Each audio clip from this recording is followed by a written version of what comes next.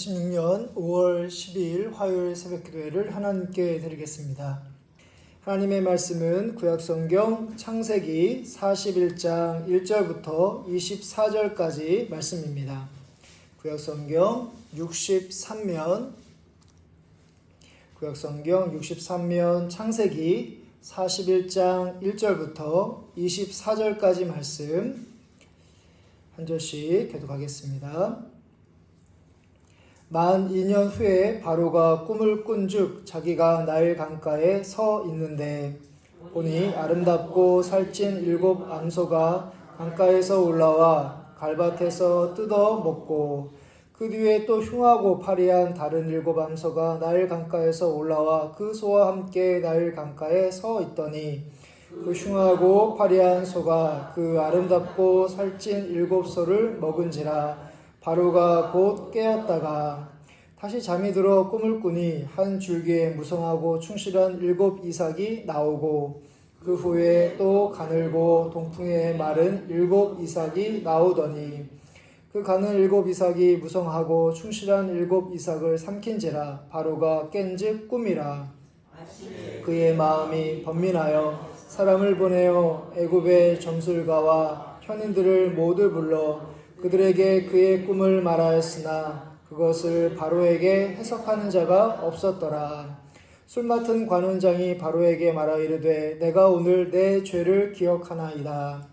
바로께서 종들에게 노하사 나와 떡 굽는 관원장을 친위대장의 집에 가두셨을 때에 나와 그가 하룻밤에 꿈을 꾼즉 각기 뜻이 있는 꿈이라. 그곳에 친위대장의 종된 히브리 청년이 우리와 함께 있기로 우리가 그에게 말하매 그가 우리의 꿈을 풀되 그 꿈대로 각 사람에게 해석하더니 그 해석한 대로 되어 나는 복직되고 그는 매달렸나이다. 이에 바로가 사람을 보내어 요셉을 부르매 그들이 급히 그를 옥에서 내놓은지라. 요셉이 곧 수염을 깎고 그의 옷을 갈아입고 바로에게 들어가니 바로가 요셉에게 이르되 내가 한 꿈을 꾸었으나 그것을 해석하는 자가 없더니 들은즉 너는 꿈을 들으면 능히 푼다 하더라. 요셉이 바로에게 대답하여 이르되 내가 아니라 하나님께서 바로에게 편안한 대답을 하시리이다. 바로가 요셉에게 이르되 내가 꿈에 나일 강가에 서서 보니 살찌고 아름다운 7 암소가 나일 강가에 올라와 갈밭에서 뜯어먹고 그 뒤에 또 약하고 심히 흉하고 파리한 7 암소가 올라오니 그같이 흉한 것들은 애굽 땅에서 내가 아직 보지 못한 것이라. 그 파리하고 흉한 소가 처음에 7 살찐 소를 먹었으나 먹은 듯 하지 아니하고 여전히 흉하더라. 내가 곧 깨었다가 꿈에 보니 한 줄기에 무성하고 충실한 7 이삭이 나오고 그 후에 또 가늘고 동풍에 마른 7 이삭이 나더니 함께 읽겠습니다. 그 가는 이삭이 좋은 7 이삭을 삼키더라. 내가 그 꿈을 점술가에게 말하였으나 그것을 내게 풀이해 주는 자가 없느니라. 아멘. 우리가 새벽기도 시간에 창세기 요셉의 삶을 살펴보고 있습니다. 요셉은 형들에 의하여 미디안 상인에게 은 20에 팔려 결국 애굽 바로왕의 군대 장관인 보디발의 종이 됩니다. 이후 요셉은 보디발 아내의 유혹을 거절하고 누명을 쓰게 되어 감옥의 죄수로 갇히는 신세가 됩니다. 그곳에서 바로왕의 두 신하 술 맡은 관원장과 떡 맡은 관원장의 꿈을 해석해 주었지만 은혜를 입은 술 맡은 관원장이 그만 요셉을 기억하지 못하고 잊어버립니다. 이후 2년의 시간이 흐릅니다. 오늘 말씀에서 애굽왕 바로는 2가지 꿈을 꾸었지만 어느 누구도 해석하지 못하고 그 순간 술 맡은 관원장이 요셉을 기억해냅니다. 우리가 읽은 말씀 12절부터 13절 말씀을 보시면 그곳에 친위대장의 종된 히브리 청년이 우리와 함께 있기로 우리가 그에게 말하매 그가 우리의 꿈을 풀되 그 꿈대로 각 사람에게 해석하더니 그 해석한 대로 되어 나는 복직되고 그는 매달렸나이다. 바로의 두 가지 꿈 내용이 우리가 읽은 1절부터 7절에 나와 있습니다. 첫 번째 꿈은 나일강에 흉하고 파리한 7 암소가 아름답고 살찐 7 소를 잡아먹습니다. 그리고 두 번째 꿈은 가늘고 마른 7 이삭이 충실한 7 이삭을 삼킵니다. 누가 보더라도 두 가지 꿈 모두 불길한 징조입니다. 이런 꿈 하나만 꾸어도 마음이 불편한데 두 꿈을 연달아 꾸었기 때문에 범인할 수밖에 없었습니다.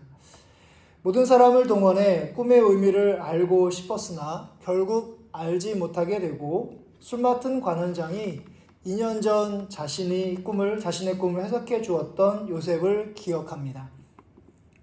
2년이라는 시간은 분명히 요셉에게 짧지만은 않았을 것입니다.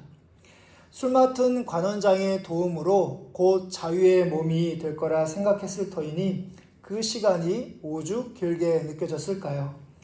그러나 하나님은 요셉을 방치하지 않으셨습니다. 우리가 곧 보게 되겠지만 하나님은 요셉의 생각대로 감옥에서 풀려나는 것 이상으로 바로 바로왕 앞에 서게 되고 그를 사용하셔서 세상을 구원하도록 인도하십니다. 혹시 요셉의 인연처럼 오랫동안 하나님께서 해결해 주시기를 바라는 그런 일들이나 그런 기도 제목이 있으신지요? 우리 눈에는 더디 진행돼 보이고 하나님이 심지어 무심하셔서 멈춰 있는 것처럼 우리가 느낄 수도 있을 것입니다. 그러나 하나님은 지금도 일하십니다. 하나님은 바로의 꿈처럼 우리가 생각하지 못한 방법을 통해서 그리고 우리가 생각한 것 이상으로 훨씬 놀라운 일들을 이루어 가시는 분이십니다. 아직 일이 이루어지지 않았다 하여 여러분들 낙심하지 마시고요.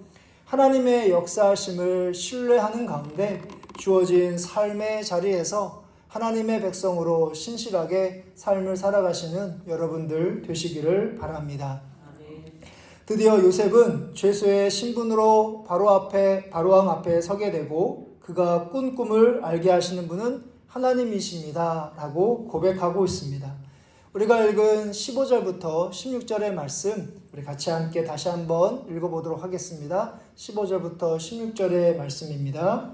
바로가 요셉에게 이르되 내가 한 꿈을 꾸었으나 그것을 해석하는 자가 없더니 들은즉 너는 꿈을 들으면 능히 푼다 하더라. 요셉이 바로에게 대답하여 이르되 내가 아니라 하나님께서 바로에게 편안한 대답을 하시리이다. 아멘.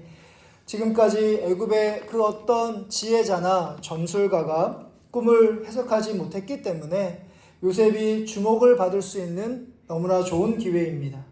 꿈만 잘 해석한다면 감옥에서 풀려나는 것뿐만 아니라 한순간에 부와 명예를 얻을 수도 있었을 것입니다. 그런데 요셉은 자신이 아니라 하나님이 꿈의 의미를 알게 해 주신다며 하나님의 이름을 높이고 자신의 이름을 낮춥니다. 하나님이 편안한 대답을 주실 것이라 덧붙이고 있습니다. 요즘 그리스도인들과 그리고 교회조차도 하나님보다 자신을 드러내는 경우를 종종 보게 됩니다. 그러면 하나님이 받으실 영광을 우리가 가로채게 됩니다. 다른 사람들이 우리를 통해서 하나님을 보게 해야 하는데 우리가 다른 사람들이 하나님께 가까이 가지 못하도록 하는 우리가 방해물이 될 수 있다는 것이죠. 우리가 주의 사람으로 올바른 길을 가고 있는지 알 수 있는 한 가지 방법이 있는데 그것은 바로 우리의 마음이 평안한가입니다. 내가 높아지는 경우는 우리의 마음이 흥분되고 또 우리의 마음이 들뜰 수 있을지 모르나 우리의 마음은 불안하고 평안할 수가 없습니다. 평안은 결코 우리의 힘으로 만들 수 있는 것이 아니라 평안은 바로 하나님께서 우리에게 주시는 하나님의 마음이기 때문이죠. 오늘을 살아갈 때 여러분들이 하나님의 자녀라는 것을 꼭 마음에 기억하시기를 바랍니다. 하나님께서 우리를 자녀 삼아 주셨기 때문에 우리를 책임져 주시고 선한 길로 인도해 주십니다. 우리가 미처 생각하지 못한 방법을 통해서 하나님의 놀라운 것을 이루어 가시는 분이 우리가 믿고 있는 하나님이십니다. 그 하나님을 세상 가운데 드러내시고 하나님께 영광을 돌리는 삶을 살아가시는 여러분들 되시기를 주님의 이름으로 축복합니다. 하늘에 계신 우리 아버지여, 이름이 거룩히 여김을 받으시오며 나라의 마옵시며 뜻이 하늘에서 이루어진 것 같이 땅에서도 이루어지리이다. 오늘날 우리에게 일용할 양식을 주시옵고 우리가 우리에게 죄 지은 자를 사하여 준 것 같이 우리 죄를 사하여 주시옵고 우리를 시험에 들게 하지 마시옵고 다만 악에서 구하시옵소서. 대개 나라와 권세와 영광이 아버지께 영원히 있사옵나이다. 아멘.